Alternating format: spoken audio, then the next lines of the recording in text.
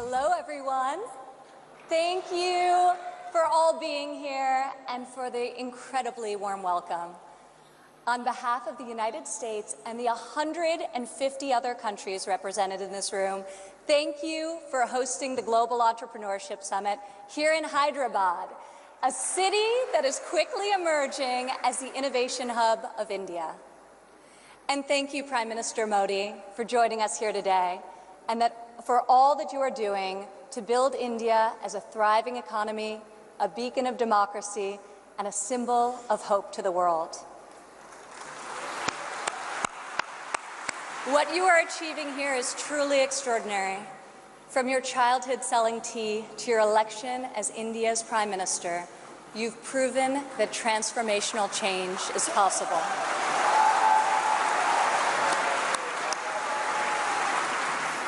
And now you are bringing that promise to hundreds of millions of people across your country.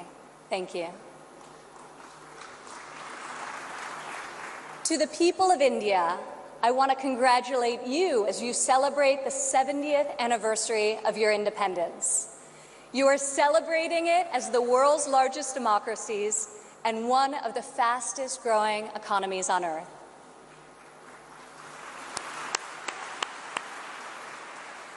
Through your own enterprise, entrepreneurship, and hard work, the people of India have lifted more than 130 million citizens out of poverty, a remarkable improvement and one I know will only continue to grow under the leadership of Prime Minister Modi.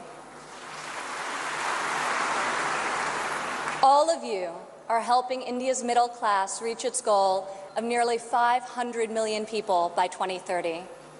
You have opened new universities across the country. Your doctors and scientists are discovering medical cures and life-saving technologies. Your engineers and your architects have built modern wonders that grace your skies. And Indian spacecraft have traveled to the moon and to Mars. The people of India inspire us all.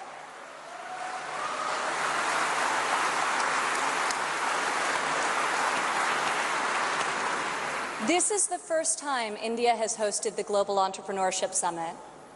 It is a symbol of the strength and friendship between our two people and the growing economic and security partnership between our two nations. As President Trump said earlier this year, India has a true friend in the White House.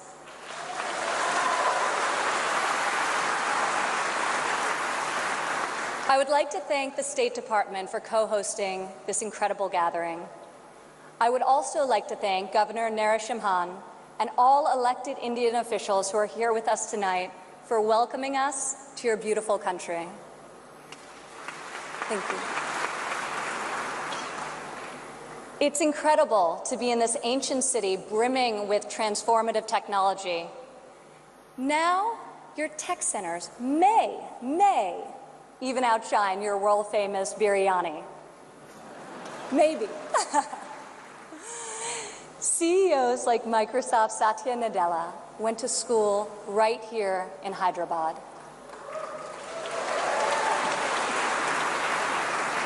Just a few kilometers away, T-Hub's brand new facility is set to open next year and will become the largest incubator in Asia.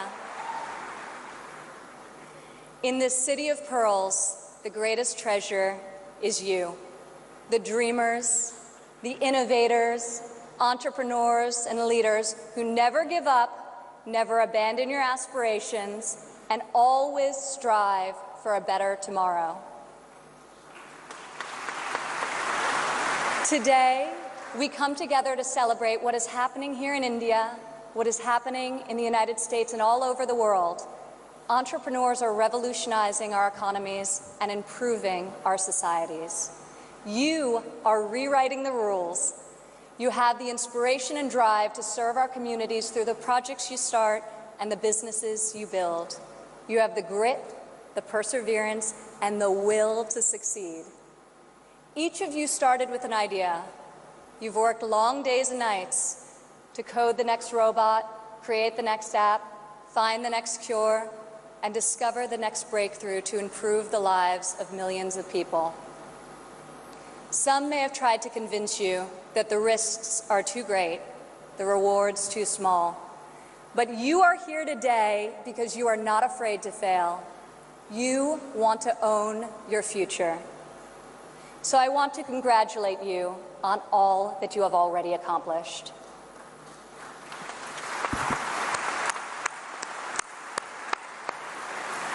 And I especially want to congratulate the women entrepreneurs here with us today.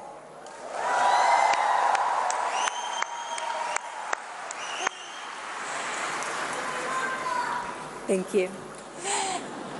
This year's summit is focused on a theme that is key to our future: women first, prosperity for all.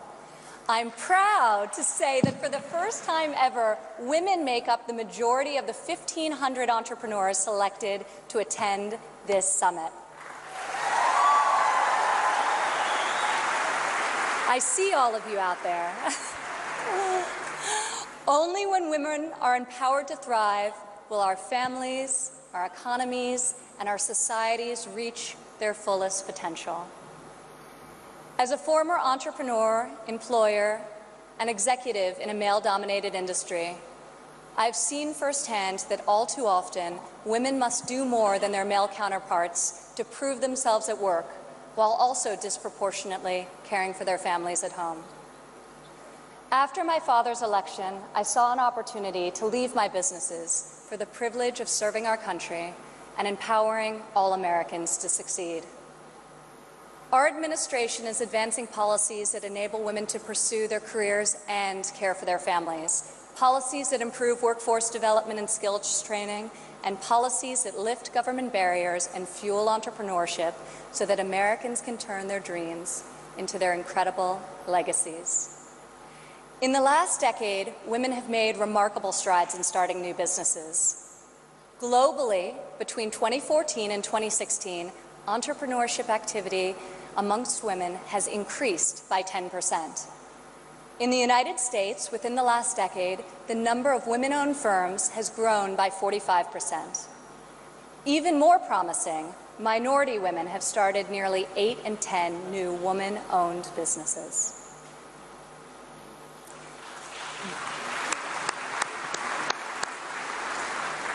Today, more than 11 million women in the United States own businesses. They employ nearly 9 million workers and generate over $1 trillion in revenue.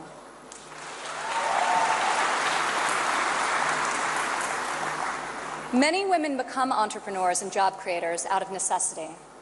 Some weren't given the flexibility they needed at work to care for their families. Others lacked professional sponsors or weren't given a fair shot at a promotion.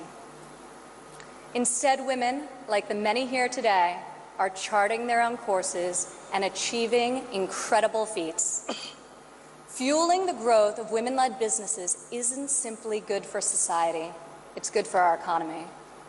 One study estimates that closing the gender entrepreneurship gap worldwide could grow our global GDP by as much as 2%. The women in this room can lead the way in closing that gap and ushering in a new era of greater prosperity.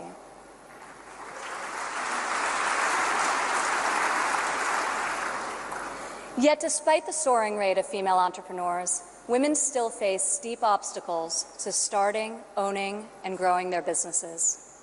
We must ensure women entrepreneurs have access to capital, access to networks and mentors, and access to equitable laws. In developing countries, 70% of women-owned small and medium-sized businesses are denied access to capital. The result has been a nearly $300 billion annual credit deficit for women entrepreneurs in the developing world.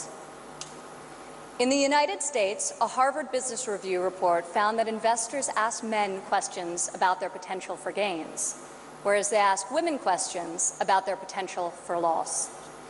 This could in part explain why women entrepreneurs received less than 3% of venture capital funding in 2016. We are working hard to reverse this trend.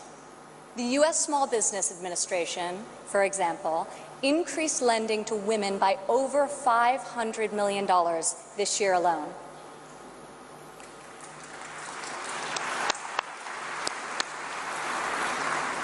When it comes to networks and mentorship, roughly half of women in the United States say they have difficulty finding a mentor. Yet mentorship is critical to success, as each of you knows. Entrepreneurs need professional guidance to help them start and grow their business. In the United States, we are fostering mentorship through programs such as SCORE, a nationwide initiative where successful men and women coach those who want to become their own CEOs. And when it comes to equitable laws, while many developed and developing countries have made tremendous strides, there is still much work to be done. In some countries, women are not allowed to own property, travel freely, or work without the consent of their husbands. In even more countries, the cultural and family pressure is so great that women do not feel the freedom to work outside of the home. Our administration is striving to promote greater opportunity for women around the world, both through our domestic reforms and our international initiatives. This summer at the G20 conference, the United States was a founding member of a bold new initiative with the World Bank, the Women Entrepreneur Finance Initiative, also known as WEFI.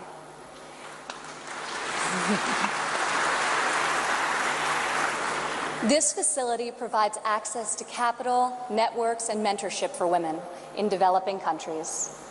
WEFI is the first facility to support women entrepreneurs at this scale, and we anticipate it will be able to leverage in excess of $1 billion in public and private financing. This facility also seeks to address the legal and regulatory barriers that limit opportunities for women entrepreneurs. In the last decade, USAID has promoted women's entrepreneurship through a number of programs, including providing microfinance loans to women in Afghanistan and bringing internet access to women in Nigeria and Kenya. USAID Administrator Mark Green is here with us today. Where are you, Mark? Thank you, Mark.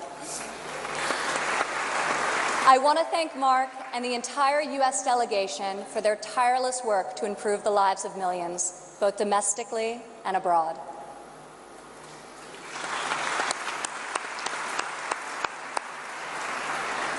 Further, as each and every one of you can attest, this summit is yet another powerful example of a U.S. initiative that connects entrepreneurs around the world with investors who believe in your mission and will champion your success. I want to thank the U.S. business leaders who have traveled all the way to Hyderabad for this inspiring event.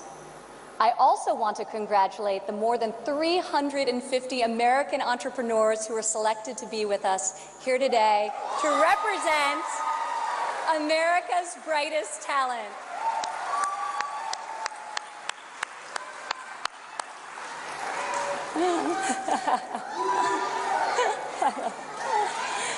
I think I found your section. Thank you. At home, our administration is committed to empowering women entrepreneurs through domestic reforms. In the past 11 months, we have expanded apprenticeship programs and prioritized STEM education to ensure that women and men have more opportunities to master the skills that drive progress in the 21st century.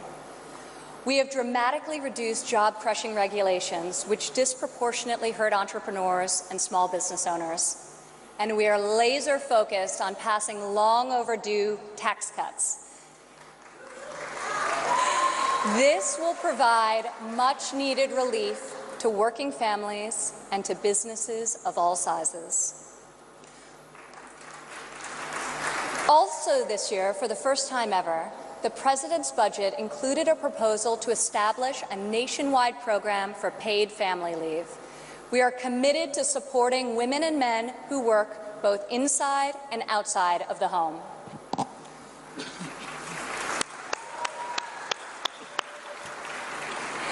When women work, it creates a unique multiplier effect. Women are more likely than men to hire other women, to give them access to capital, mentorship, and networks.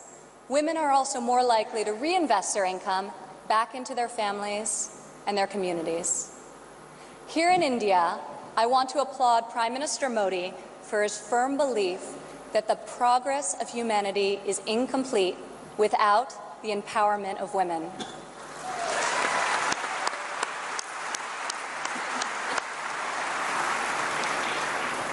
Just consider, if India closes the labor force gender gap by half, your economy could grow by over $150 billion in the next 3 years.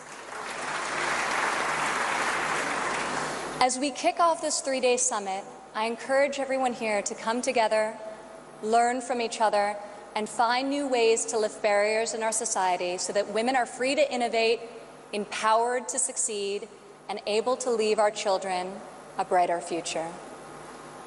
As we strive for change, we must never forget that the best hope for our future is far greater than any single government policy. The source of our success is found in the spirit, the drive, and the talent of our people. Here with us today from San Francisco is Dara Das. Dara spent over a decade working in underserved communities around the world. She witnessed firsthand that many times people need very simple items: a bucket for carrying water, a splint to treat an injury, a part to fix a generator. Dara co-founded Field Ready to provide life-saving supplies through 3D printing. Today, Dara's company responds to disasters all over the world and delivers humanitarian aid with cutting-edge technology. Through her innovative solutions, Dara is saving lives and bringing hope to thousands of communities. Thank you, Dara. Please stand up, Dara.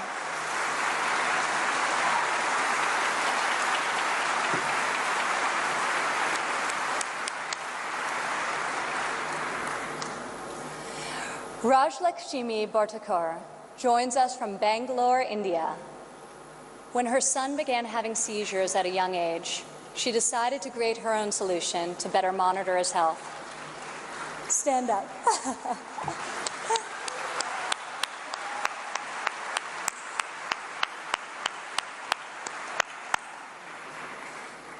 She invented a smart glove that predicts, manages, and detects different diseases and disorders using artificial intelligence. Now her company, Terra Blue, aims to make specialty healthcare accessible in even the most remote places in India. Rajlakshmi, your courage and determination is truly remarkable. Congratulations. Thank you.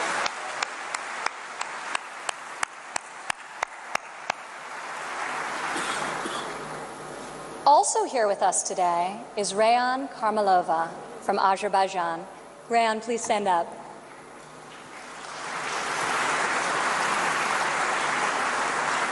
You all won't believe this, but Rayan is just 15 years old. But that has not stopped her from founding a company that harvests energy from rainwater. Rayan has a powerful motto: light up one house at a time. Rayan, each home you light up is illuminating the world. We are inspired by your brilliance and your hard work. Thank you.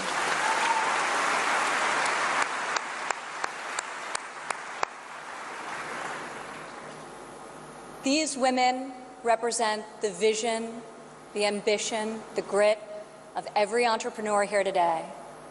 You are saving lives, creating jobs, and bringing hope to our communities. You are transforming our societies one business and one customer at a time. You prove to the world that we have the power to rise above the challenges of our day and to pioneer new pathways forward and to leave our mark on this moment in history. Just think about how much better the world would be if all of us, men and women, are empowered to dream big, aim high, and work together towards a more just and prosperous future.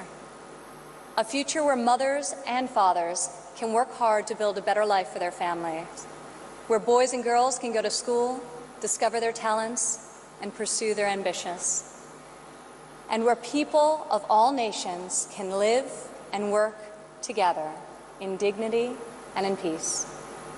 This is the future we can, will, and must build together. And this is the promise of the visionaries gathered in this room today.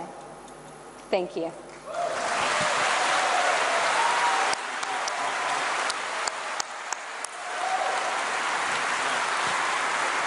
Thank you, Ms. Ivanka Trump.